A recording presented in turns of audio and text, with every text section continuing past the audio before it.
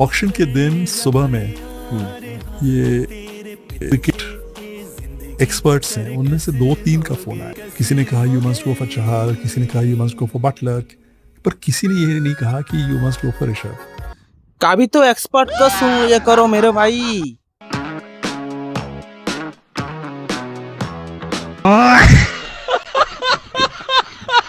বাইরে ভাই পাঞ্জাবে একটি টিম বানাইলো, পুরা টিমই 6 সেটিং মেশিন।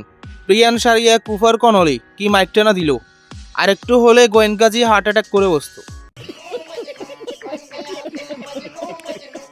প্রিয়ান সারিয়া 37 বলে 93 আর কুফার কনলি 46 বলে 87। শেষ দিকে অ্যাস্টইনিসের জড়ো ব্যাটিংয়ে 254 রান সংগ্রহ করে পাঞ্জাব। দুর্দান্ত বোলিং করে প্রিন্স যাদব 25 রানেই নেয় 2 উইকেট। পুরান গেছে, এটা আর কামব্যাক করার কোনো লক্ষণ নাই, পুরাই ফ্লপ। মিচেল মাস, মার্কারাম, ফান্টের টুকটুক ঝড়ো ব্যাটিংয়ে লখনৌ থামে মাত্র 200 রানে। अभी मैं गाली नहीं दे सकता, नहीं गाली नहीं देना। अब फैमिली देखती है, वरना मैं ऐसे गाली दूं, ऐसे गाली दूं ना, जिंदगी भर याद रखें ये बड़े हुए। যদি বলি আইপিএল এর সব থেকে ব্যালেন্স স্কোয়াড কোনটা, উত্তর একটাই, মুম্বাই ইন্ডিয়ান্স। কিন্তু মুম্বাই ইন্ডিয়ান্সেরই আইপিএল এ বেহাল দশা। প্রথম ম্যাচ জয় দিয়ে শুরু করলেও এরপর টানা হার। প্লেয়ার সব বড় বড় কিন্তু কাম ছোট। কথায় আছে না, ছোট প্যাকেট বড় ধামাকা। মুম্বাইয়ের ক্ষেত্রে উল্টা, বড় প্যাকেট ছোট ধামাকা।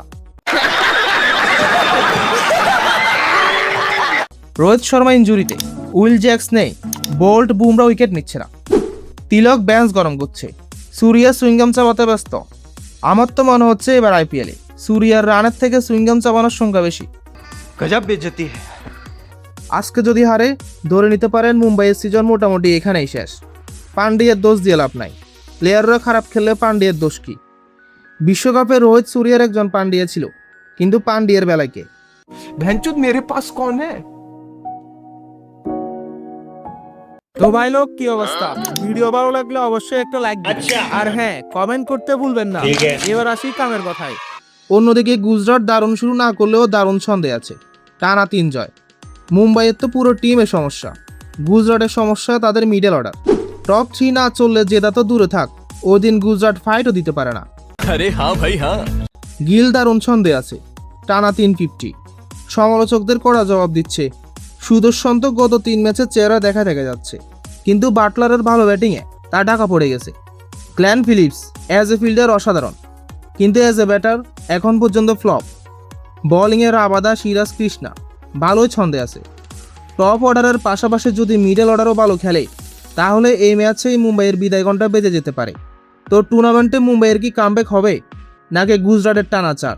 এটাই দেখার। আপনার কি মনে হয় কোন দল জিতবে? জানাতে পারেন কমেন্ট বক্সে। তো আজকে এটুকুই, যত গ্যাঞ্জাম ক্যাচাল প্যাচাল সব নিয়ে কথা হবে কাল। আর হ্যাঁ, চ্যানেলটা সাবস্ক্রাইব করে দিও।